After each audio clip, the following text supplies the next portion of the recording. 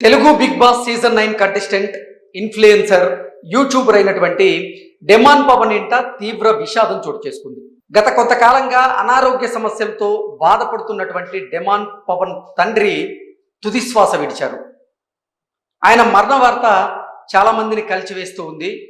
అసలు డెమాన్ పవన్ తండ్రికి ఏమైంది, ఆయన మరణించడం వెనుక కారణం ఏంటి అనేది ఒకసారి మనం పూర్తి స్థాయిలో విశ్లేషణ చేసుకునేటువంటి ప్రయత్నం చేద్దాం. Bigg boss season 9 contestant social media influencer అయినటువంటి డెమాన్ పవన్ కుటుంబంలో తీవ్ర విషాదం నెలకొంది. గత కొంతకాలంగా నోటి క్యాన్సర్తో బాధపడుతున్నటువంటి ఆయన తండ్రి చికిత్స పొందుతూ తుది శ్వాస విడిచారు. బిగ్ బాస్ హౌస్లో డెమాన్ పవన్ తన తండ్రి అనారోగ్యం గురించి కొన్ని సందర్భాల్లో ఎమోషనల్ అయ్యారు. తన తండ్రికి క్యాన్సర్ అని, ఆయన కోలుకోవాలని తాను కోరుకుంటున్నట్లుగా చాలా సందర్భాల్లో ఎమోషనల్ అయ్యి మాట్లాడి ప్రేక్షకులను కూడా డెమాన్ పవన్ కదిలించారు. తండ్రిపై ఉన్నటువంటి ప్రేమను చాటుకున్నటువంటి పవన్కు ఇప్పుడు ఆయన లేరు అనేటువంటి వార్త తీరని వేదనను అయితే మిగులుస్తూ ఉంది.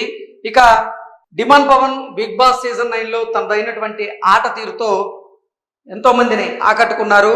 హౌస్లో ఎంతో స్ట్రాంగ్గా ఉంటూ తన వ్యక్తిత్వంతో అభిమానులు సంపాదించుకున్నటువంటి డెమాన్ పవన్ ఫైనల్ రేస్లో టాప్ 3లో నిలిచారు. ఇక తన తండ్రిని చూసుకోవాలనేటువంటి తపనతో హౌస్ నుంచి బయటకు వచ్చిన తర్వాత కొన్ని రోజులు తన తండ్రిని చూసుకోగలిగారు. అయితే క్యాన్సర్తో బాధపడుతున్నటువంటి తన తండ్రి తుదిశ్వాస విడవడం నిజంగా అతన్ని మనోవేదనకైతే గురి చేస్తూ ఉంది.